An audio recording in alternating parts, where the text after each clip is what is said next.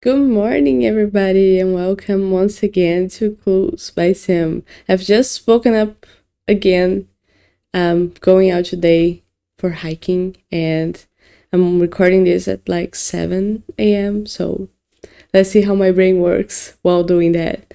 If you don't know what Clues by Sim is, it's a daily logic puzzle game where you have 20 people on a board. Each of them may be a criminal or an innocent, and they give you clues to help you figure out what each person is. You gotta do no guessing, and I'm here every day doing this for practice. I encourage you to try too. I know this is a tricky one, but there is a link in the description taking you to the daily one if you want to try it, and if you just want to follow along or if you need some help because you're stuck somewhere, I'm gonna start now and explain my logic. So let's go. We start with Nicole, and she's telling us there is only one innocent in between Katie and Pam. Oh, besides the snowman, we have snowboarders and skiers today. Winter themed. Okay, so Katie and Pam. There is one innocent already, and that's Nicole, so the other person who is between them shouldn't be an innocent, which Oscar, a snowboarder, is a criminal. And now Oscar tells us that Donald is one of two criminals to the left of Eric. So Donald is a criminal, and Eric has three people to the left of him, so we know that one of the other two, besides Donald, has to be a criminal and the other one an innocent. Now, Donald tells us that row 4 is the only row with exactly two criminals.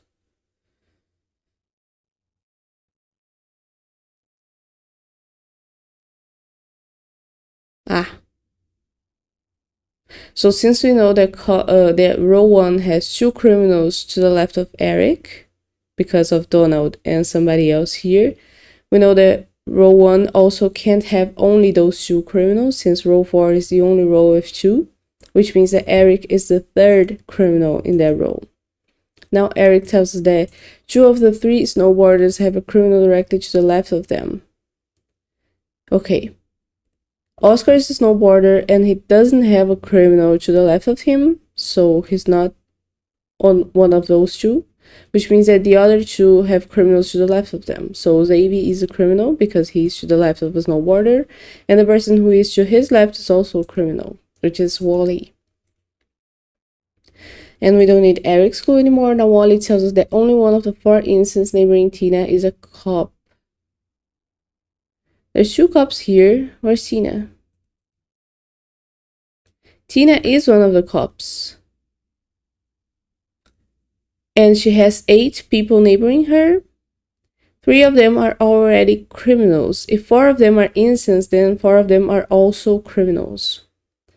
One of the 4 innocents neighboring Tina is a cop. So we know that the only cop that neighbors her, because she is a cop, is an innocent. And we have one more criminal to find out and 2 innocents. Now Susan, who's the cop we revealed, shows that Zoe and Vince have an equal number of criminal neighbors. Zoe and Vince both have 3 neighbors total. Vince has an innocent and a criminal one already. So Zoe has to have an innocent one, which means that either Tina or Zuma or Uma are gonna be an innocent. But we don't know about Ryan. What do we know then? We know that row 4 has 2 criminals. Let's go back to that clue. So that means that either both Tina and Uma are criminals or Ryan and someone else here. And both Tina and Uma can't be criminals because that will break Zoe and Vince's clue that they have the same number of innocent and criminal neighbors. Because if both Tina and Uma were criminals because of rows 4 rule, then Ryan would have to be an innocent, and now Zoe and Vince have mismatching neighbors, a lot of them actually. So we know that Tina and Uma are one or the other, and that Ryan has to be a criminal. because now Zoe is gonna for sure have 2 criminal neighbors and 1 innocent one, and Vince, who already has a criminal neighbor and an innocent one, is gonna have a second criminal neighbor. Now let me just color these differently. And now Ryan tells us that all innocents below Eric are connected. Where's Eric? Here. So we know that Tina has to have 1 innocent neighbor. Or 2 innocent neighbors, actually.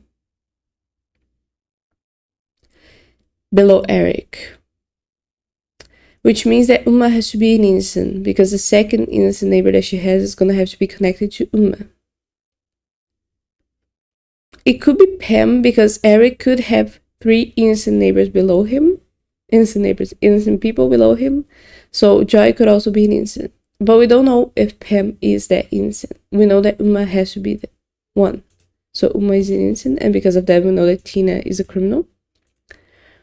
Let's leave that there. And where's the clue about Zoe and Vince? Here.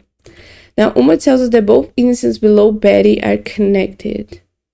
So there's only 2 innocents below Betty, and we already know who they are, Nicole and Susan, which means that Gus is a criminal. And now Gus tells us that exactly 1 innocent below Freya is neighboring Nicole. So there's 1 innocent below Freya. And the 2 people who aren't revealed yet below Freya are Vince and Katie. Only one of them neighbored Nicole, so Katie has to be the innocent, and Vince is a criminal. Oh, the clue isn't saying that there is exactly 1 innocent below Freya. It's saying that 1 innocent below Freya neighbors Nicole. So we don't know if Vince is a criminal or not, actually, because he doesn't neighbor Nicole. Okay. So now let's look back. We don't need Gus's clue anymore. Look back at row 4 is the only row with exactly 2 criminals. Row 3 has 1 criminal already and only 1 person left. If that person is a criminal, then the row would have 2 criminals. So we know that Pam has to be an innocent. And now we know that Zoe has to be a criminal because of Tina's total of neighbors. So Zoe is a criminal. And we still don't know about Joy. Pam now tells us that column B has more innocents than any other column. So let's look at this. Column D has 2 innocents and column B has 2 innocents. If Katie? Why did I say Katie? If Joy is an innocent, there's no way for column B to have more innocents than column D. And that has to happen. So Joy couldn't be an innocent, and Betty has to be an innocent, so that these columns abide by that rule. Now, we don't need, I guess we do need Pam's clue, because there can be a way column A has more innocents or the same number of innocents if both Freya and Vince are innocents. But we know because of Betty that Andrea is a criminal. Now, Joy says that Uma has more innocent neighbors than Eric. And Uma has 1 innocent neighbor, which means that Eric couldn't have any. Where's Eric? Up here. So we know that Ike, who is the last neighbor for Eric, is already a criminal. And now Ike tells us that Zoe and Andre have an equal number of innocent neighbors. Zoe has 1 innocent neighbor. Andre already has 1 innocent neighbor as well. So Freya is a criminal. And now Freya tells us there are 13 criminals in total. How many do we have already? 1, 2, 3, 4, 5, 6, 7, 8, 9, 10, 11, 12, 13. So we know that Vince is an innocent snowman. Okay, that mistake was an honest mistake of someone who's just woken up, and I'm glad that I finished this in less than 8 minutes. I had my fun. I hope you did as well, and I'll see you tomorrow with more Clues by Sam. Bye bye.